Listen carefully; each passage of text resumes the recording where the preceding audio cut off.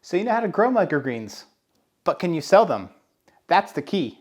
Stay tuned because we're going to go through everything you need to know to learn how to sell your microgreens.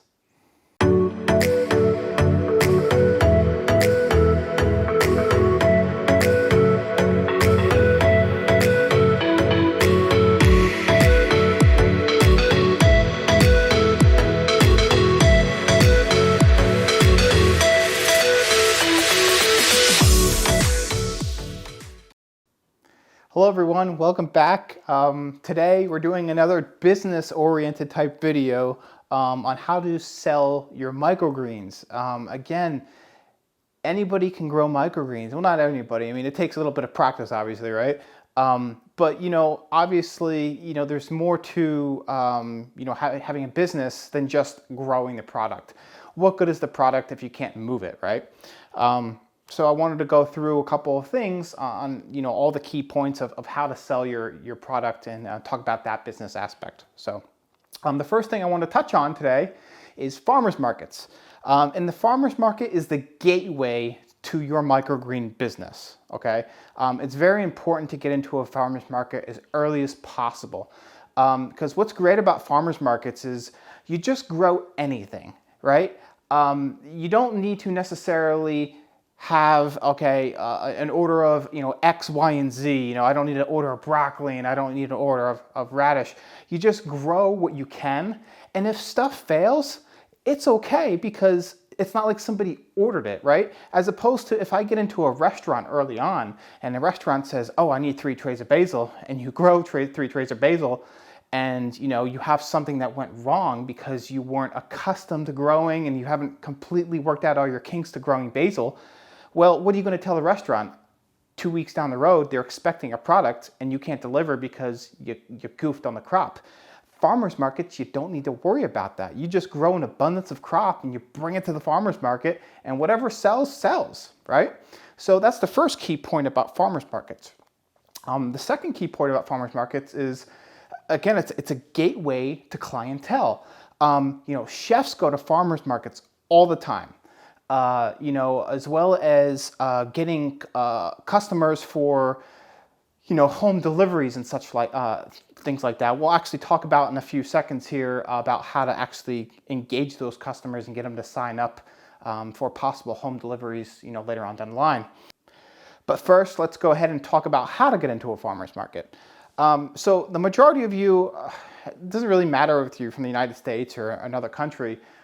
Traditionally, how it works in the United States is our farmers markets are usually one of two things. They're either, I've seen farmers markets where they're, Thursday through Sunday, and they're kind of indoor, and, a bunch of farmers come and stop, they buy one stand for the extension of the entire year, basically, and that's literally what they do Thursday through Sunday. Now, if that works for you, by all means. I don't like those types of farmers markets. I usually just like a farmers market that is usually 1 day a week, or even 1 day every other week. I started off doing every other week, and then I moved on to doing farmers markets every week once I kind of got accustomed to growing the crops. But anyways, so what you want to do is I would just use Google or some sort of Facebook groups and just look for farmers markets in your area. Reach out to them. Make sure you're prepared with reaching out to farmers markets. I know we have a video, if you haven't seen it, I'll put it up here, about branding your product, okay? Branding your product is very important to do anything because it's going to tell people who you are. It's going to tell the farmers market who you are, restaurants who you are, and so forth, right? It kind of tells the story about how you feel about your brand and your company. If you give somebody something in a shoddy little container that's a little crappy label that was printed, you know what I'm saying. It's just something that just looks ugly. There's not a lot of work that went into it. It's going to kind of speak volumes about the way you feel about your own product, right? At least it does for me as a consumer, right? So anyways, reach out to farmers markets, start sending emails to all the different farmers markets. A lot of them will be like anywhere from, I had a farmers market that was all year long. Or I should say, when I say all year, I mean spring, summer, and winter. Spring, summer, and fall for, I think it was like $200, and it was like every other weekend to get started. I mean, it's so cheap. I think it wound up coming down to like $5 to $10 a farmer's market, which is just so ridiculously cheap. Other farmer's markets might charge you $10, $20 per. Sorry if I'm talking so fast. I have so much information I want to get out to you on this, so just bear with me. So anyways, and then you'll start to get answers back. Oh, we already have a microgreen guy. Oh, I haven't thought about that. Tell us a little bit more about your product. And that's where you're just going to come in and just kind of bombarded with a bunch of information saying, hey, look, this is why you want to choose me. Because the farmer's markets here, you don't just walk in and say, I want to sell something. The farmer's markets here, I've been turned down for farmer's markets because it's almost like its own club, and you have to know people to get on the in. Farmers markets like that around the world aren't like that. I get that. That's the way it is where I live, and it's going to be different from state to state, obviously, and from country to country. But again, it's important to just email them, find out prices, and do your best to try to get into a market, and then do a little bit of research. You want to apply for many markets because it actually helps to say, hey, do you mind if I do a trial market? And maybe do a trial market for 2 to 3 different farmers markets, and then see what does the best. See what has the most customers, not just the most customers or people walking around, but how many people are actually buying from you. Because there might be a farmer's market. I've gone to a farmer's market that was kind of like half flea market, where there was tens of thousands of people walking by, but nobody stopped because it just wasn't the right demographic for my product. And then when I actually went to a smaller, close-knit farmer's market, a little bit more ritzy of an area, and you could tell that people really gravitated towards microgreens. I mean, it was maybe 100th of the population of the flea market kind of thing, but I sold 10 times more, right? So you got to think about all those types of things. So farmers markets, right? Second is home deliveries, okay? And the farmers market that I went to did not have a winter market this year, and that was because of COVID reasons. Now, sometimes what they do is they do a winter market indoor, and that usually works pretty well for the winter because it's nice and warm inside and so forth, but they don't want to do a winter outdoor. It gets too cold here. There's like a foot of snow on the ground. It's a terrible experience. So what I did is during the year, I actually gathered up a whole bunch of clientele, through emails and things like that. I actually use this iPad here for when I'm at the farmers markets, and I have an app here. It's called Kangaroo Rewards. I'm just letting you know what I've used that works for me. It's extremely neat. So it allows people, I just set the iPad on the table, and they can put in their cell phone number. And every 5 visits of coming and buying microgreens, okay, they get $5 off their purchase, right? So not only is it a reward system, but what it did is it gave me phone numbers and email addresses of all of these clients that signed up, right? So not only am I getting them to come back by offering them a reward for coming back at the farmer's market, but I'm also gathering their email. So when it came to not having a winter market, I switched to home deliveries. And what that allowed me to do was basically just say, okay, this week, this is what we have in stock, okay? Boom, boom, boom, boom, boom. I just put that into a nice email, wrote it up really nice and pretty, maybe a few pictures here and there, and then I just sent it. I blind carbon copied every single person that was on my rewards list. And some people don't respond, it's perfectly fine, even if you get a couple people here and there. I mean, it's awesome because everybody that's out at that farmer's market was local to me, right? So it was really easy local deliveries for the most part. So just kind of food for thought on how to get clients from the farmer's market, and how to use, I guess certain tools and stuff that you have at your disposal. Like this was an iPad I just had at home, casually had laying around, and I kind of turned it into a business tool. So food for thought there. So home deliveries are going to also be something that it kind of ties into the whole farmer's market thing when I was talking about, you kind of grow what you want, right? As opposed to taking orders. I usually don't take orders at all for home deliveries. I just sell people. I just grow and then I just shoot an email out saying, this is what we have in stock. Let me know what you want. I get an email back saying I want 5 of this, 2 of this, 1 of this. Boom. I'll just go right into my invoicing system. I just go bam, bam, bam, line item it out, send it to their email. It sends them a link. They click on it. They put in their credit card information. I already have their email address. I'm not their email. I'll have their address already from the email. Once I ask somebody an address one time, I automatically log it. And you'll start to, have your own system of doing that. So anyways, and then I'll just, go out on, I'll say my deliveries are Friday between, 4 p.m. and 6 p.m. I can usually hit a good 10 to 20 houses in 2 hours because it's all within a 5-mile radius. And I just kind of go through and just ping pong, across. So, and that's how I'll do my home deliveries, right? So that's a really good way of kind of get started by using your farmer's market to get that clientele for home deliveries. Now, number 3 is restaurants, okay? And this is where you're actually going to start taking actual orders for your microgreens. So your farmers markets will actually kind of get you into some restaurants, not all, obviously, but a lot of chefs go to farmers markets. And I've actually had chefs that said, that came to my farmers market and bought our microgreens and said that they actually wanted to do microgreens on a more consistent basis at their restaurant. And so, we got the talking and you have those conversations. And then that's where you need to create, again, the branding and stuff like that, how we actually created our product catalog here. This is what I give to all of my chefs, or anybody that's even remotely interested in ordering microgreens from us. You don't need to get this fancy. I kind of go overboard with my stuff. Again, I showed this in another video, but I have pictures of all my greens, the sizes. I tell chefs, I say, if you order over $100 in microgreens a week, then I give you wholesale pricing. And that kind of pushes them to where instead of them ordering $60 to $70 worth of microgreens, they order $100 worth because now they're getting way better pricing. And they overwhelm their dishes a little bit more with the microgreens, which helps us to sell more, obviously, right?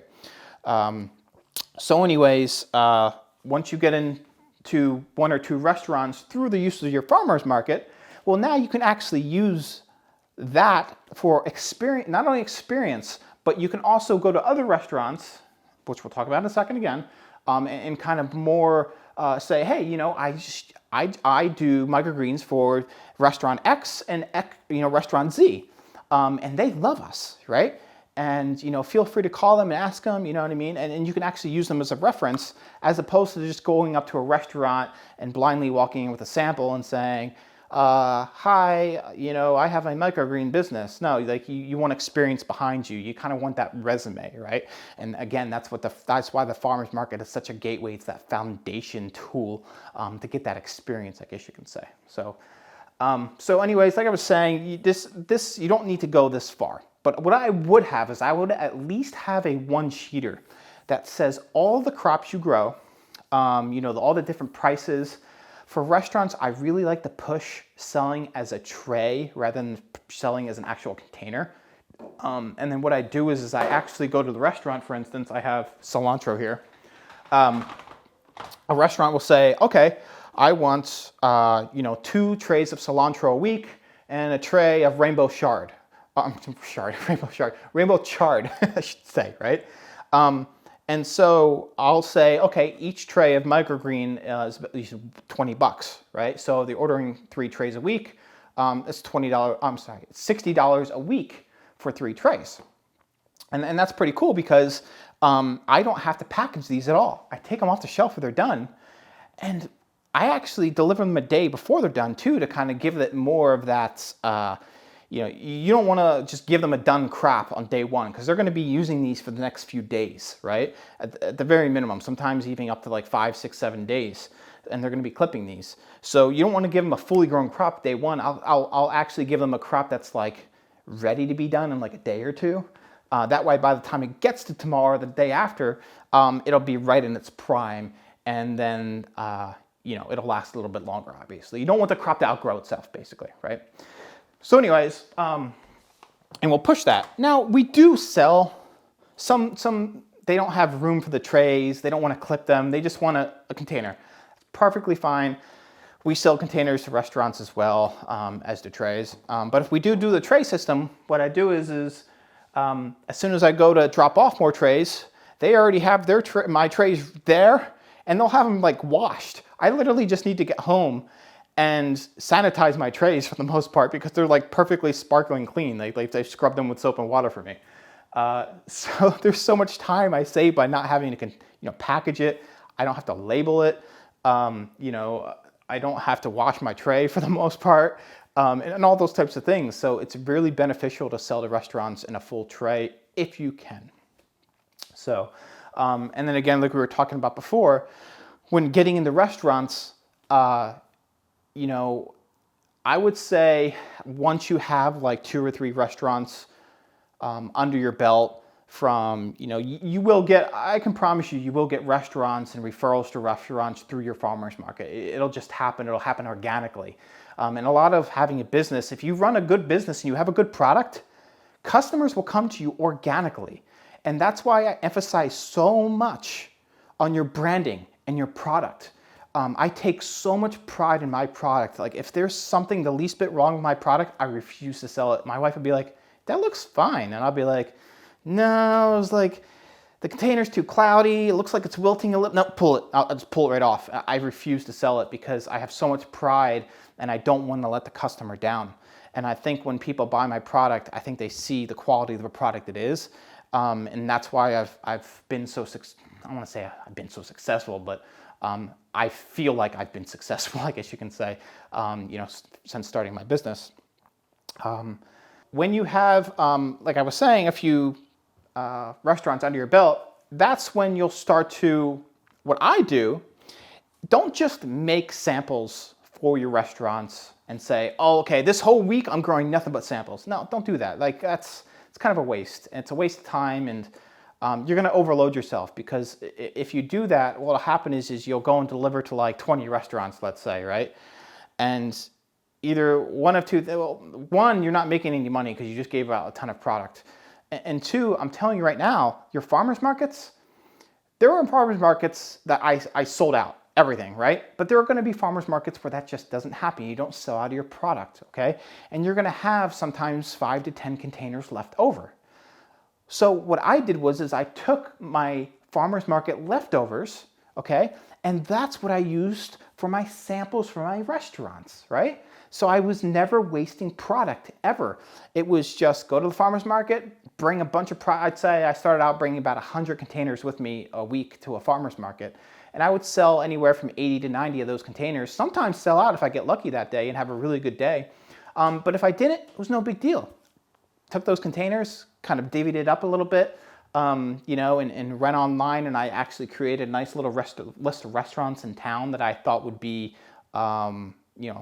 a restaurant that I would think would use microgreens. You don't just want to go to like Chili's down the street, right?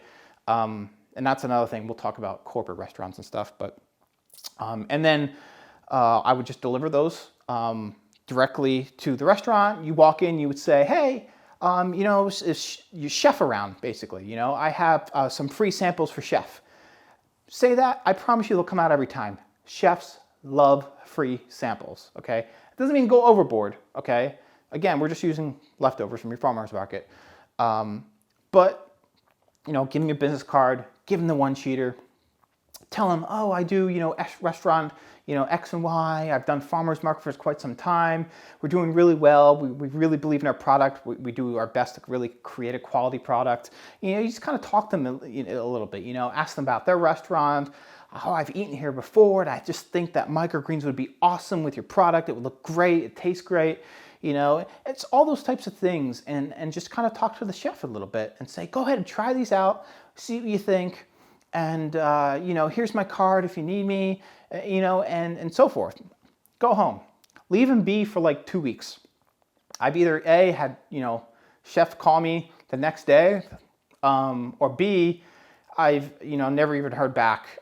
Usually it doesn't come to the point where they're calling you back 2 or 3 weeks down the road. It's either they're interested or not. And some people are just, I hate to say it, but some people are cheap. You just got to understand that. When running a business, everybody's kind of pinching pennies sometimes to save as much money as possible.